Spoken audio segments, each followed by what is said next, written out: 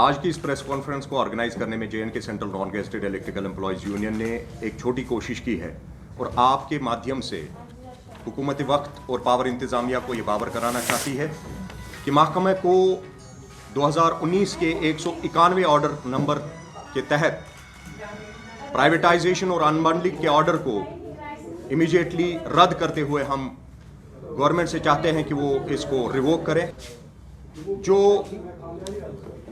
Power projects हैं, जो state के पावर प्रोजेक्ट्स हैं, जो एनएचपीसी के करके पावर बहरान से आम आवाम और मुलाजमों को किसी हद तक रिलीफ दिया जाए ताकि आने वाले वक्त में बड़े चैलेंजेस जो पावर सेक्टर में है उसको हैंडल किया जा सकते।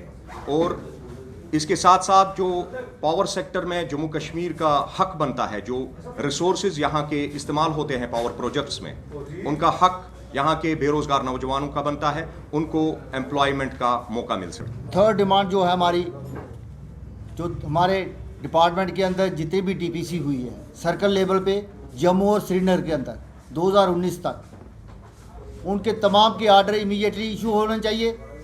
और हमारे जितने भी डेली वेजर हैं हमारे डिपार्टमेंट के अंदर, उनको भी SRO 43 का बेनिफिट मिलना चाहिए। इसके साथ साथ हमारे नीड बेस और कैजुअल लेबर जो है जिनकी NIC नहीं हुई है, अपलोड करके उनकी इमीडिएटली NIC की जाए ताकि उनको भी बेसिस दिया जाए। और इसके साथ साथ SRO 588, SRO 59 और SRO 149 जो कि हमारे डिपार्टमेंट में बहुत बड़ी डिस्पैरिटी हुई है, इन SRO के तहत तमाम एम्प्लॉइज जो है बहुत जम्मू कश्मीर के, उनको फुली इम्प्लीमेंटेशन करके तमाम उनकी जो हुकूक का औकात है, उनको जो बेनिफिट हैं वो दिए जाएं। इसके साथ साथ हमारे जो छोटे ग्रेड हैं 2550 के और 2610 के, टेक्निकल डिपार्टमेंट होने के नाते तमाम इन ग्रेडों को ख़त्म करके सभी एम्प्लॉइज को 350 का ग्रेड दिया जाए। महकमा को रीऑर्गेनाइज करने के बावजूद महकमा में 1981 के बाद कोई एक्सपेंशन नहीं हुआ है। एक्सपेंशन जो ग्रिड स्टेशंस बने हैं, रिसीविंग स्टेशंस बने हैं, पावर हाउसेस बने हैं, लेकिन मैन पावर छोटे मुलाजिम का इस्तेमाल करके, जो डेली वेजर नीड बेस का इस्तेमाल करके, उनको रिस्क प्रोन काम में इन्वॉल्व करके उनको बहुत सारी परेशानियों से सामना होता है। हम चाहते हैं कि इनको रेगुलराइज करके महकमा को और ज़्यादा वुसअत देने की ज़रूरत है। जो एक्सपेंशन, मैन पावर का एक्सपेंशन करने की ज़रूरत है, उसमें महकमा पावर इंतज़ामिया संजीदगी से नोटिस ले और इस इंफ्रास्ट्रक्चर के साथ साथ मैन पावर को भी एक्सपेंड करे। इसके साथ साथ जो रिस्क अलाउंस परमानेंट मुलाजमों के हक में है, उस रिस्क अलाउंस को डेली वेजर नीड बेसों के हक में भी किया जाए। और जो महकमा में वेलफेयर फंड कमेटी है, उस वेलफेयर का फ़ायदा नीड बेस और कैजुअल लेबर और डेली वेजर्स को भी दिया जा सके।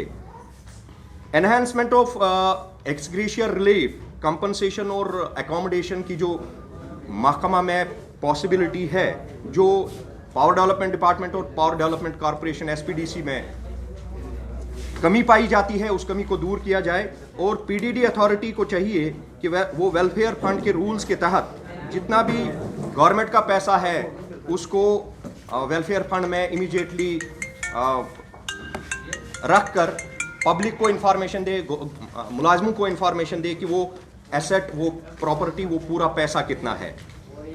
इसके साथ साथ जो SPDC और PDC में काम कर रहे लीन पर जिनकी सीनियरिटी फिक्स है, जो लीन पर काम कर रहे हैं, उनको इमीडिएटली शाया किया जाए कि उनका डेपुटेशन जो है वो सेफ है। और महकमा के दोनों विंग्स को, SPDC को और PDD को, महकमाना हैसियत बरकरार रखी जाए। और आने वाले वक्त में जो पावर परेशानी से लोग जूझ रहे हैं, बड़े चैलेंजेस पावर सेक्टर में हैं, उसको किसी हद तक कम करने की ज़रूरत है। और जितने भी हमारे पास वसाइल हैं, बेतहाशा वसाइल जो हमारे पास हैं, जो 40,000 की तादाद में मेगावाट है, और सिर्फ 20,000 मेगावाट को हमने आइडेंटिफाई कर रखा है। और उन सारे वसाइलों को इस्तेमाल करने की ज़रूरत है जिन पर हम एक अच्छा खासा पावर जनरेशन कायम कर सकते हैं।